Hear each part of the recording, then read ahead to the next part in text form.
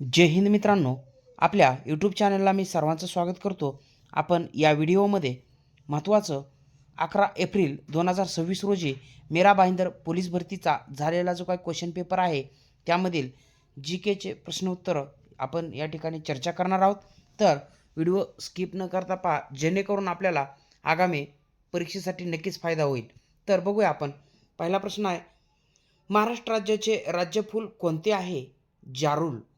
लक्षात घ्या, प्रश्न यावरती विचारला गेलेला यापूर्वी. तामन असंही या फुलाला म्हटलं जातं. पुढचा प्रश्न आहे 2 नंबरचा, जीवदानी मंदिर कोणत्या ठिकाणी आहे? तर विरार या ठिकाणी हे जीवदानी मंदिर आहे. तर लक्षात असू द्या, जीवदानी नावाच्या टेकड्यासुद्धा आहेत ठाणे जिल्ह्यामध्ये. 3 नंबरचा प्रश्न आहे, ज्ञान भारतम मिशन कशाशी संबंधित आहे? प्राचीन हस्तलिखितांचे सर्वेक्षण.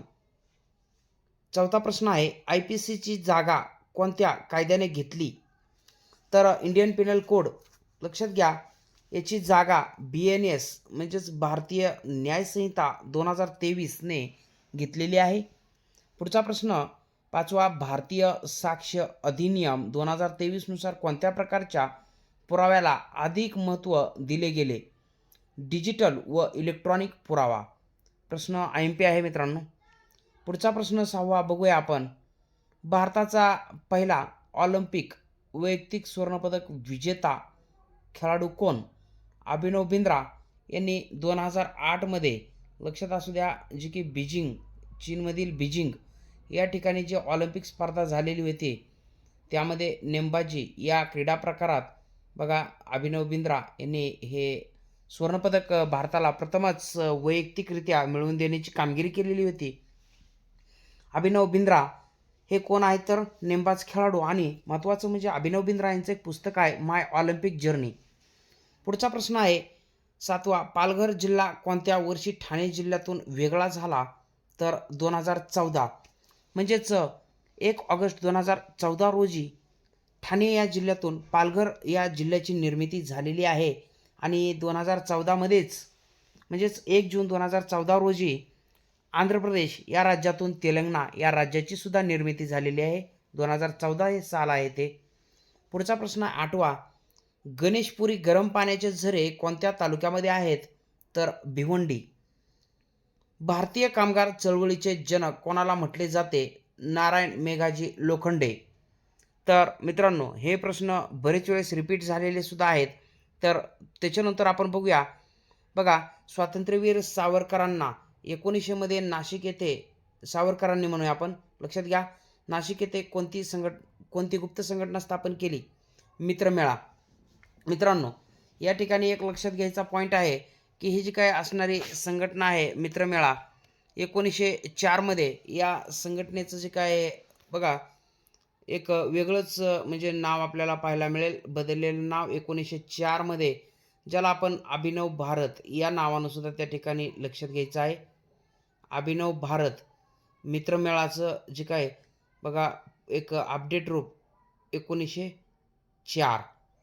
पुढचा प्रश्न आहे 11वा, आर्य महिला समाज व शारदा सदन या संघटनांची स्थापना कोणी केली? पंडिता रमाबाई. लक्षात असू द्या. पुढचा प्रश्न IMP आहे, लोकशाही रुजावी म्हणून पोषक वातावरण कोण तयार करतात? मार्गदर्शक तत्वे.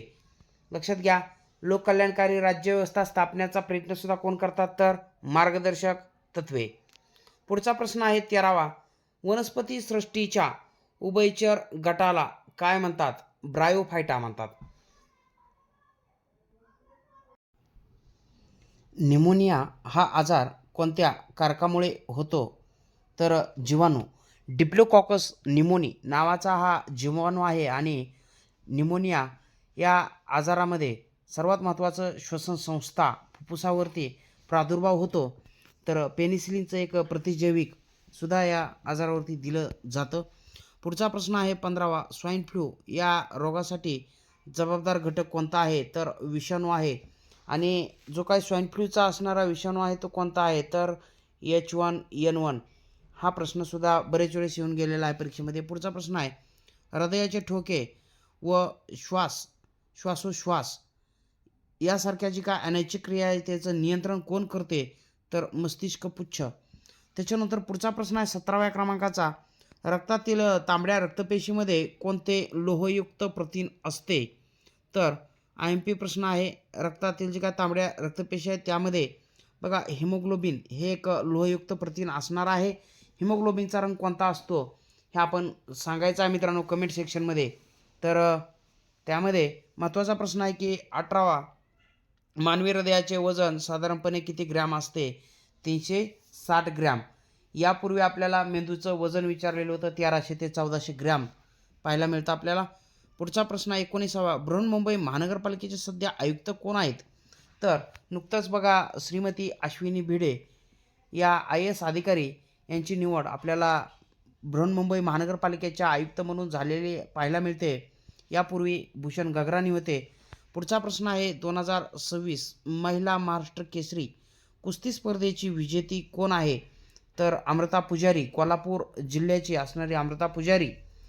पुढचा प्रश्न आहे महाराष्ट्र राज्याचे सध्या पोलीस महासंचालक कोण आहेत? प्रश्न महत्त्वाचा आहे मित्रांनो आणि यापूर्वीसुद्धा आलेला प्रश्न आहे. तर सदानंद दाते साहेब हे महाराष्ट्र राज्याचे पोलीस महासंचालक सध्या आहेत. पुढचा प्रश्न आहे 22वा, 2026चा क्रिकेटर ऑफ द इयरचा पुरस्कार कोणाला मिळाला? तर शुभमन गिल, क्रिकेटपटू शुभमन गिल. पुढचा प्रश्न आहे T20 क्रिकेट वर्ल्ड कप भारताने कितव्या वेळेस जिंकला? तर तिसरी वेळेस होती जिंकण्याची 2026मध्ये. यापूर्वी लक्षात घ्यायचं आहे 2007मध्ये लक्षात घ्या एम एस धोनीच्या नेतृत्वाखाली. त्याच्यानंतर जे की बघा 2024मध्ये आणि त्याच्यानंतर आता 2026मध्ये लक्षात असू द्या. म्हणजे की एकूण 3 वेळा भारतानं T20 क्रिकेट वर्ल्ड कप जिंकलेला आहे आणि 50 षटकांचा जो काय वर्ल्ड कप आहे तो 2 वेळा जिंकलेला आहे. त्याच्यानंतर पुढचा प्रश्न आपण बघणार आहोत की भारतीय हरित क्रांतीचे जनक डॅश होते? MS स्वामीनाथन. सोपा प्रश्न आहे. 1987मध्ये त्यांना जागतिक अन्न पुरस्कारसुद्धा बघा प्रथमच म्हणजे की हा पुरस्कार कोणाला देण्यात आलेला होता? MS स्वामीनाथन यांना. त्याच्यानंतर पुढचा प्रश्न आहे की 0 अक्षरवृत्तास काय म्हणतात? खूप वेळेस प्रश्न आलेला आहे तर विषुववृत्त. सोपा प्रश्न आहे. पुढचा प्रश्न आहे की कोणत्याही 2 लगतच्या रेखावृत्तामधील अंतर विषुववृत्तावर किती असते? तर 111 किमी असते. प्रश्न महत्त्वाचा आहे. पुढचा प्रश्न आहे 27वा, भारताचे सर्वात दक्षिणेकडील टोक इंदिरा पॉईंट डॅश अक्षरवृत्तावर आहे? तर 6:45 उत्तर अक्षरवृत्तावर इंदिरा पॉईंट आहे. पुढचा प्रश्न आहे मित्रांनो, खालीलपैकी कोणती नदी गंगा नदीची उपनदी नाही? तर या ठिकाणी घागरा आहे, कोसी आहे, गंडक आहे. मात्र जी काय महानदी आहे ती मात्र गंगा नदीची उपनदी नाही. तर महानदी हे प्रश्नाचे योग्य उत्तर असणार आहे. पुढचा प्रश्न 29व्या क्रमांकाचा, जागतिक व्यापार संघटनेचे मुख्यालय कोठे आहे? Geneva, Switzerland. त्याच्यानंतर 30वा प्रश्न आहे वारा, नदी, हिमनदी, सागरी लाटा यासारख्या बाह्य कारकामुळे खडकांची होणारी झीज यास काय म्हटले जाते? अपक्षरण म्हणतात. पुढचा प्रश्न 31वा, पृथ्वीच्या प्रत्येक 1 अंश अंतरावरील रेखावृत्तांच्या स्थानिक वेळेत किती मिनिटाचा फरक पडतो? तर 4 मिनिटाचा फरक पडतो.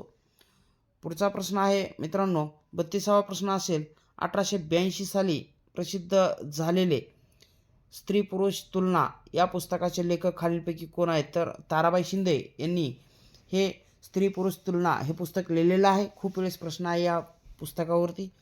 33वा प्रश्न आहे, लोकशाहीमध्ये सत्ता कोणाकडे असते? तर बघा अंतिम सत्ता ही जनतेच्या हाती पाहायला मिळते आपल्याला. पुढचा प्रश्न आहे, जयपूर फूटचे जनक म्हणून डॅश यांना ओळखले जाते? लक्षात घ्या. तर डॉक्टर प्रमोद शेट्टी हे एक महत्त्वाचं व्यक्तिमत्व जयपूर फूटचे जनक म्हणून ओळखले जातात. पुढचा प्रश्न आहे, भारतातील पहिली तागाची गिरणी पश्चिम बंगालमधील डॅश येथे सुरू झाली? तर रिसरा या ठिकाणी सुरू झालेली आहे. पुढचा प्रश्न आहे 36वा, स्वातंत्र्याच्या राजकीय चळवळीतील खालीलपैकी कोणते नेते जहाल गटाचे नव्हते? म्हणजे ते नेते कसे तर मावळ पाहिजेत आपल्याला. लक्षात घ्या. लाला लजपतराय, बाळ गंगाधर टिळक, बिपिनचंद्र पाल आणि ही तिन्ही जे काय नेते होते ते कसे होते तर बघा जहाल होते. आणि मवाळ असणारे या पर्यायामधील नेते कोण? तर गोपाळकृष्ण गोखले हे मवाळ नेते होते. चला प्रश्न बघा, यापूर्वी सुद्धा अशा स्वरूपात विचारले गेलेले आहेत. जाल नेते कोण होते नव्हते लक्षात ठेवायचं आहे. चला पुढे बघूया आपण. बघा 37वा प्रश्न आहे. लाठीच्या प्रत्येक आघाताबरोबर ब्रिटिश साम्राज्याच्या शेवपेटीवर एक एक खिळा ठोकला जात आहे असे उद्गार ब्रिटिश सरकारविरोधात कोणी काढले? तर लाला लजपत राय. लाला लजपत राय यांनी काढलेले हे उद्गार लक्षात असू द्या. आणि मित्रांनो, हे होते मीरा भाईंदर पोलीस भरती 2026 मधील महत्त्वाचे सामान्य ज्ञानमधील प्रश्न. तर आपण जर माझ्या चॅनलला नवीन असाल तर चॅनलला सबस्क्राईब करा आणि हा व्हिडिओ आपल्या मित्रापर्यंत शेअर करा. मित्रांनो, भेटूया पुढच्याच अशा महत्त्वाच्या व्हिडिओसह. तोपर्यंत धन्यवाद. जय हिंद, वंदे मातरम.